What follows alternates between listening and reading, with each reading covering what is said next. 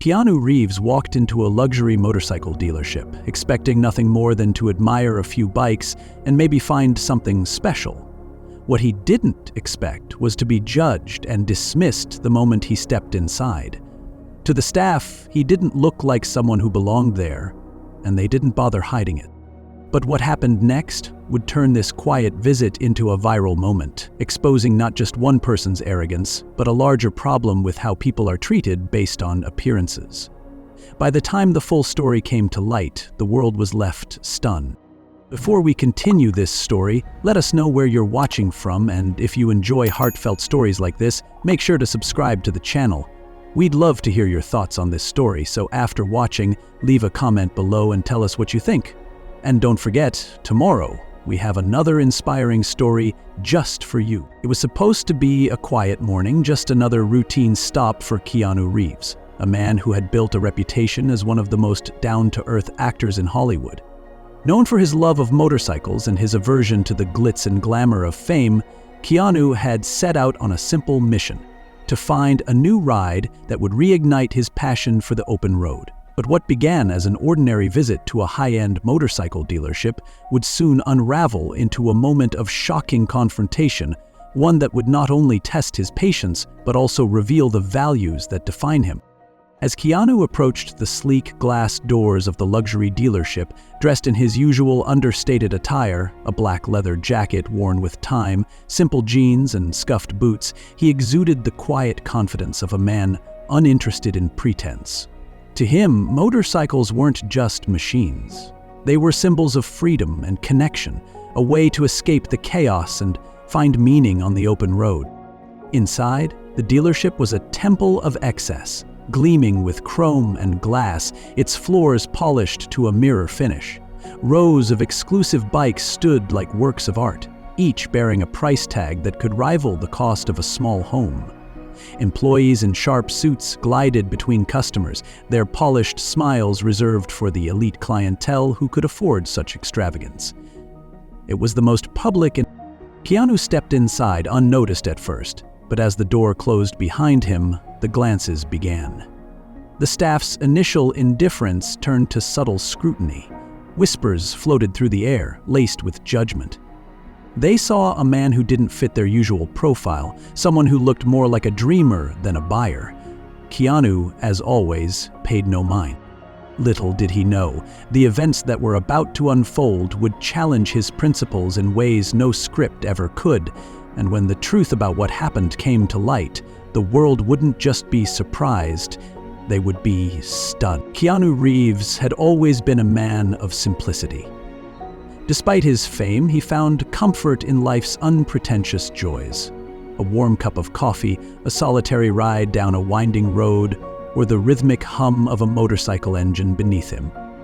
Motorcycles were more than a hobby for him, they were a passion, a connection to something raw and genuine in a world often dominated by facades. Over the years, Keanu had developed a love for restoring classic bikes, breathing new life into forgotten machines and turning them into functional works of art. This particular morning, however, Keanu wasn't looking for just any motorcycle. He wanted something unique, a bike that carried both history and character. The dealership he chose to visit was known for its exclusive collection of rare and custom motorcycles. To most, it was a haven of prestige, the kind of place where high-profile buyers arrived in tailored suits and left with machines that cost more than most people's annual salaries. But for Keanu, it was simply a potential treasure trove, another stop on his journey to find something extraordinary. The dealership itself was as ostentatious as its reputation suggested. The exterior gleamed with metallic panels, reflecting the California sun like a beacon of opulence. Inside, the atmosphere was carefully curated to exude luxury. Soft ambient lighting highlighted the sleek curves of the motorcycles on display, while plush leather chairs and glossy brochures added to the sense of exclusivity. Even the faint aroma of polished chrome and leather seemed deliberately orchestrated to impress. Keanu walked in quietly, the bell on the door chiming softly as it closed behind him.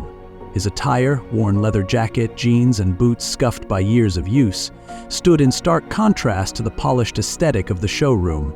For a moment, he seemed invisible, a shadow among the store's gleaming surfaces and meticulously dressed staff. But as the seconds ticked by, the employees began to notice him. Whispers spread like wildfire. "Who is that guy?" one salesperson muttered to another, glancing over at Keanu with a raised brow. "Doesn't look like he's here to buy anything," another replied with a dismissive shrug. "Maybe he's lost," someone else joked under their breath. Keanu, as always, ignored the murmurs. His focus was on the motorcycles, not the people. He moved with quiet purpose, his gaze scanning the rows of bikes until it landed on something special. Tucked in the corner of the showroom was a rare vintage model, its sleek black frame exuding a timeless elegance. The bike was a masterpiece of design, its curves and details reminiscent of a bygone era. For Keanu, it was love at first sight. Approaching the motorcycle, he knelt slightly, running his fingers over the handlebars and studying the craftsmanship. There was a sense of reverence in the way he examined the bike, as if he were in the presence of something sacred. For a moment, the whispers around him faded into the background, replaced by the hum of his own thoughts. This was exactly what he had been searching for, a machine with a soul. But his moment of admiration was short-lived. A sharp voice interrupted his thoughts. "Can I help you?" Keanu looked up to see a tall man in a tailored suit standing a few feet away. His name tag read Richard, manager, and his expression was one of barely concealed disdain. His gaze flicked from Keanu's face to his jacket, then to his boots and back again, his lips curling into a faint smirk. It was clear he had already made up his mind about who Keanu was, or rather, who he wasn't. "I'm interested in this bike," Keanu said, his voice calm and polite. "Could you tell me more about it?" Richard raised an eyebrow, as though the request itself were absurd. He folded his arms across his chest, leaning slightly to one side.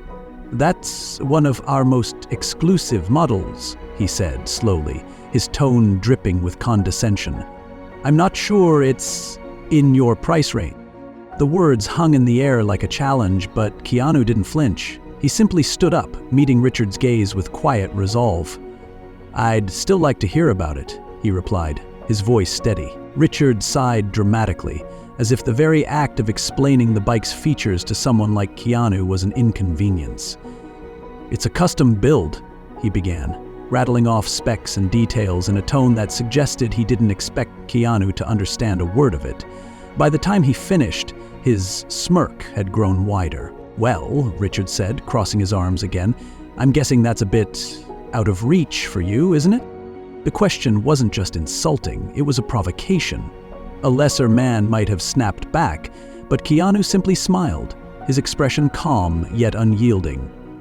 "I think I'll let you know what's in my reach," he said, his voice quiet but firm. The tension in the room was palpable, drawing the attention of other employees and even a few customers.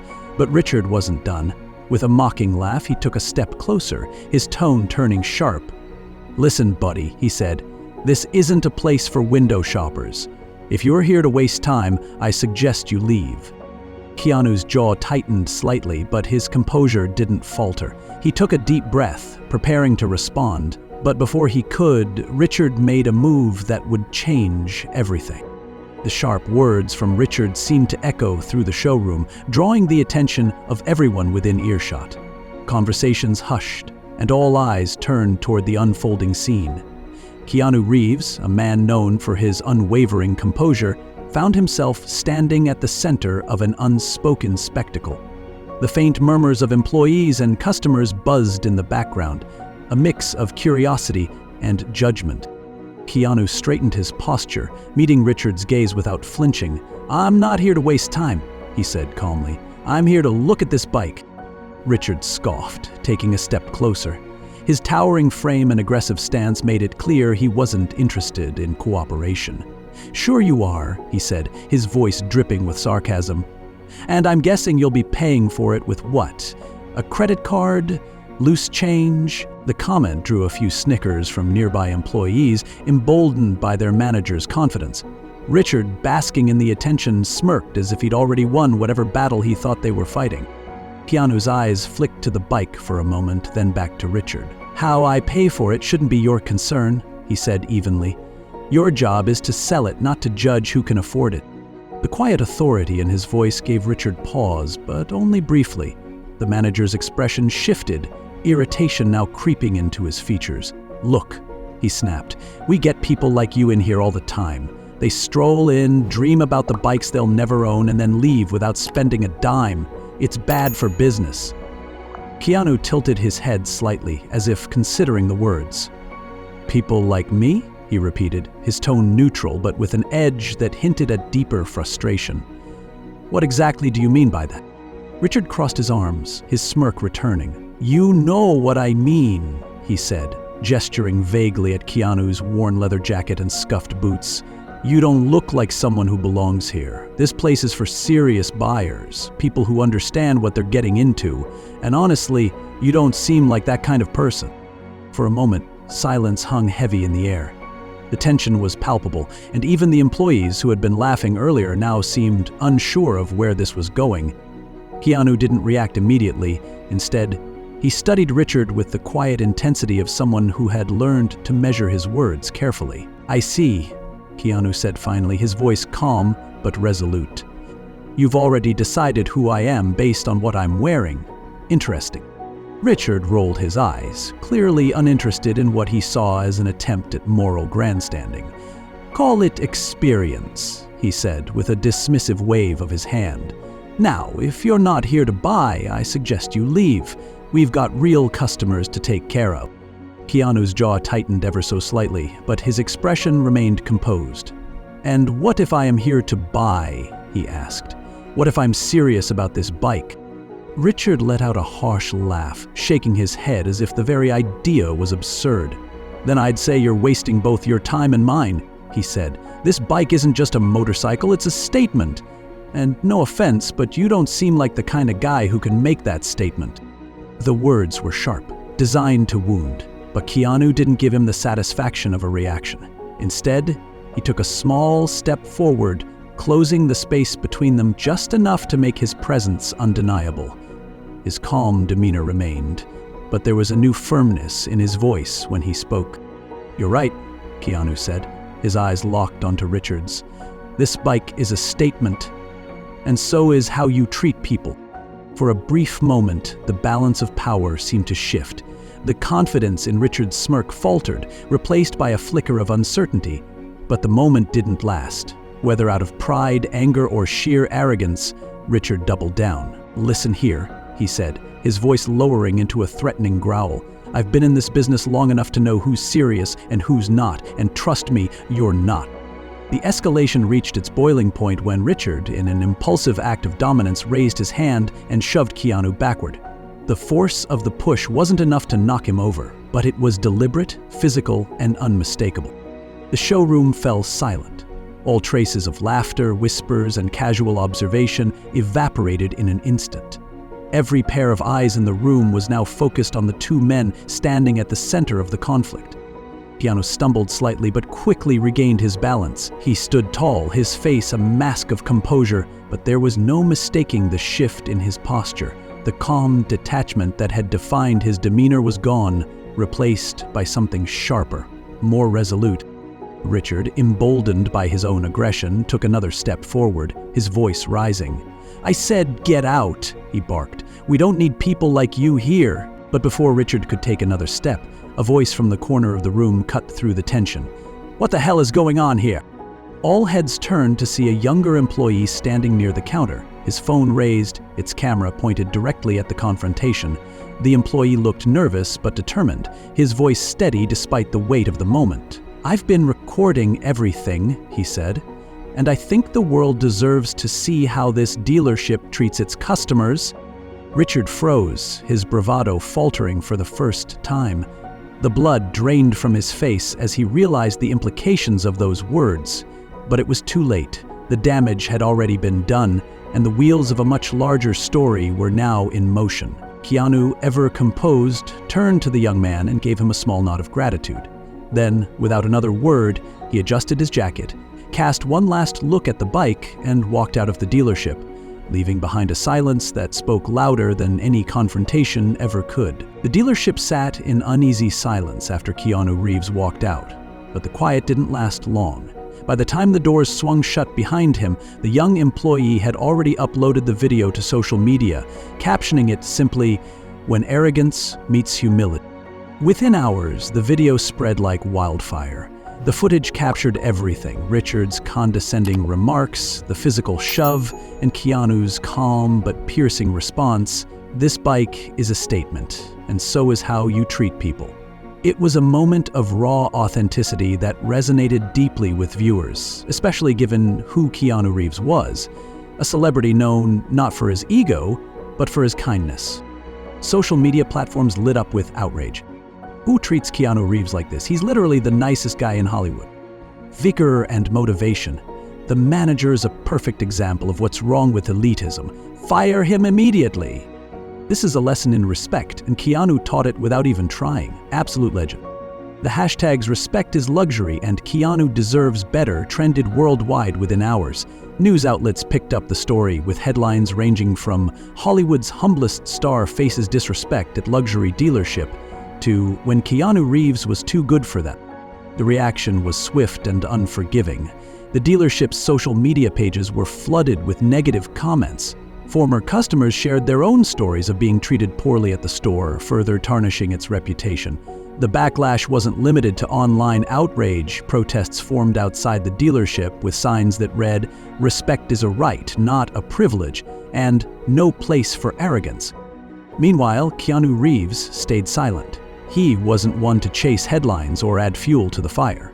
Instead, he retreated to the quiet of his home, reflecting on the incident and what it meant. To him, this wasn't just about how he was treated. It was a reminder of how often people are judged unfairly based on appearances. But staying silent didn't mean doing nothing. A few days later, the viral video caught the attention of a journalist who managed to get an exclusive interview with the young employee who had filmed the scene. The employee, a part-time worker named Evan, revealed what led him to press record. "I've seen Richard treat people like this for years," Evan admitted. "It didn't matter if they were rich or not. If he thought you didn't look the part, he'd dismiss you or worse. But when he started doing it to Keanu Reeves of all people, I couldn't stay quiet anymore. I knew it was wrong." Evan's statement only added fuel to the fire. Calls for Richard's resignation grew louder, and the dealership's owner was forced to release a public statement. It read, "We deeply regret the incident that occurred at our dealership. The behavior displayed does not reflect our values. We are taking immediate steps to address this internally and ensure it never happens again." The apology fell flat. Critics slammed it as hollow and insincere, pointing out that it failed to address the deeper issues of elitism and discrimination. Customers continued to abandon the dealership, and sales plummeted. Richard, on the other hand, tried to defend himself in interviews. "It was a misunderstanding," he claimed. "I didn't realize who Keanu Reeves was. If I had known, I would have treated him differently." This only made things worse. The public saw through his words, recognizing them for what they were, an excuse that revealed the problem wasn't about Keanu Reeves specifically, but about how Richard viewed anyone who didn't meet his narrow definition of worthiness. As the uproar continued, Keanu began to take action in his own quiet way. He reached out to a small, independent motorcycle shop he had visited years earlier.